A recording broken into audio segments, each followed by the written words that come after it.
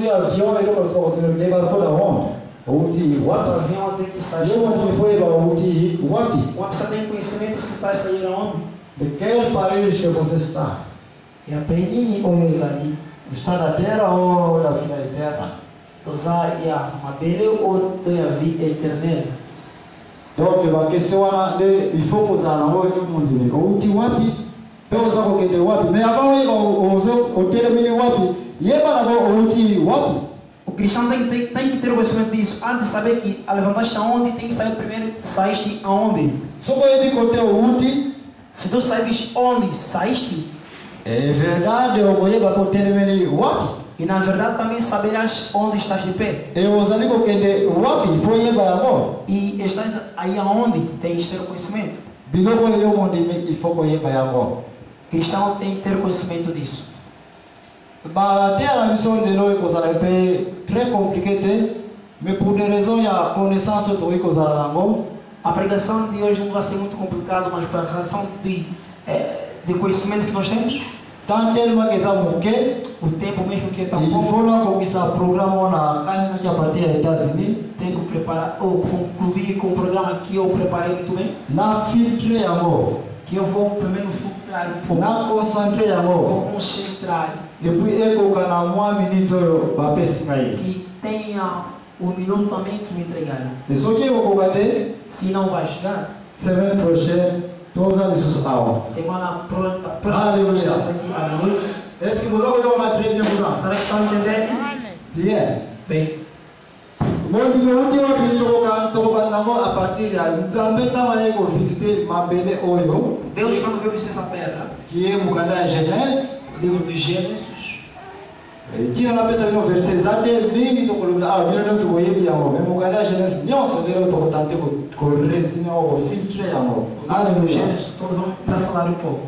To ko la création mabele, Vamos falar da criação da terra, to ko la jardin d'Éden, jardim Edém, to ko la sumo yaki ambamo. e por que o pecado veio tão rápido? Invitation ya mutu e para nzambe pour vivre mabele oyo. O convite de Deus, de pessoa a Deus para vir na terra, Tokoyeba comment mutu ego se révolter. novas coisas, essa pergunta vem em todos nós. Tokotala même par Abraham a kufisanda ko ka Não ansa se panisi casa kana. somente assim. Mais ma benga mai le plus riche na compréhension. Não é rico.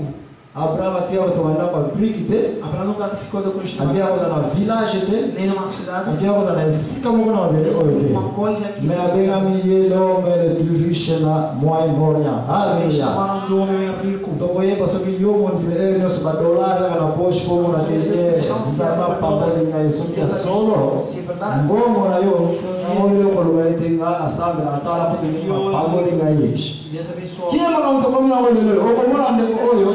Meu irmão, Azoko na clair te. não está tão claro. Fé yaba na E église. você vem à igreja, Pasteur na sa pamola ke. você vai abençoar. Ei, como você vai dollar nesse coloco mondi. Cristão, Sokotala yabo. Hallelujah. vamos falar isso. Passa na wipe ko ya awo, ko ya awa, ngozana wa bele. Vou fazer Na também. pamola ni bozo songo. Vocês podem dinheiro. Mais de logo yeba yote. Mpaka Abraham kufa sambu ndeni. Sem nada. Hallelujah. Ah, Tokoyaka komona o biso ni foto za ba riche. cristão não sei cristão. Ndenge kutu ba ngombo tokopesa ba kombo te ne tokotushe ba ma parce que soko touché Abraham immédiatement sans exception. Ba mi si ma fupa ko touché bon. Kuma on papa no Abraham. Seu filho está bem? Hallelujah. Aleluia. Ya commence ko ba mi si ma ko ba mbongo le Vamos biso. seguir mais nós. Pale biso Isaka ndo ina ninye wana toza na mapamboli. Não sabe Betini nga mondimi. Mas como cristão, Nazaka pauvre. sou pobre. Tokoyeba soki koteste yo mondimi ete naza na bongo soki ya mwana moto osala ete ya solo oza moni. Se és cristão, Nde tokoya komona suka koma Jacob Joseph como José, kati na Egypte na mboka mopaya koma il a réussi como ele venceu, ekoma bana Israel bakomi na Kanana oyo José akaboyeli bango e como José gratuitement e aqui também, balali na bandako batonga te já que não babandi kolia bilanga oyo balonga te ele começou a inventar e as coisas. babandi kosokola kotambola bampunda Andavam de cavalo, na biloko basala te deixou aquele não se sinoki vê, bautaki meme na désert e ele se anda okokota na Kanana entrada em nyonso bazwi yango tudo gratuitement. segurando gratuitamente. Tieto zongi na bisoka sur place ko utaki pasteur na jardim ni beben. Já entendeu? Yo mutu Você basango bilanga na nzambe bana awo yaka na yo bilanga mwanyi pasite ile mabele nyonso ya kanana essa terra de Canaã, na 12 parties 12 partes, no 14 14 partes. parce que Joseph Porque José, nasima mkongo na bana na ye por trás deles, Ephraim na manasa chapitre avec deux portions alléluia question wakati tozanango a pergunta também na taya bana Israël est-ce que mabele oyo se nessa ya terra, kanana Joseph apesaki bango José entregou a eles, babembaki yango eles que foram guardados. réponse zanga moko tokotune tokozonga sima jardin de terre est-ce que ana mona Eva babatelaki jardin Será que Adão ia bamwa proteger? basishaka lisusu Eles estragaram. na place wana tokose compare biso na bana ya Israel awa maboko E alwana também que soki mpe toza différence somos diferentes. parce bapesi yo wana Porque somos manda. bapesi mboko ya badolare ezali Vamos entregar um país que adora. bapesi mpe église Vamos entregar a igreja. 10 et 30 ebetani kala Desde 30 gerações. est-ce que omonanaki Você já apareceu? mercredi vendredi pasteur aza toujours awa kobena zozoya Semana que vem. est-ce que omonanaki to omonanaka Ou aparece.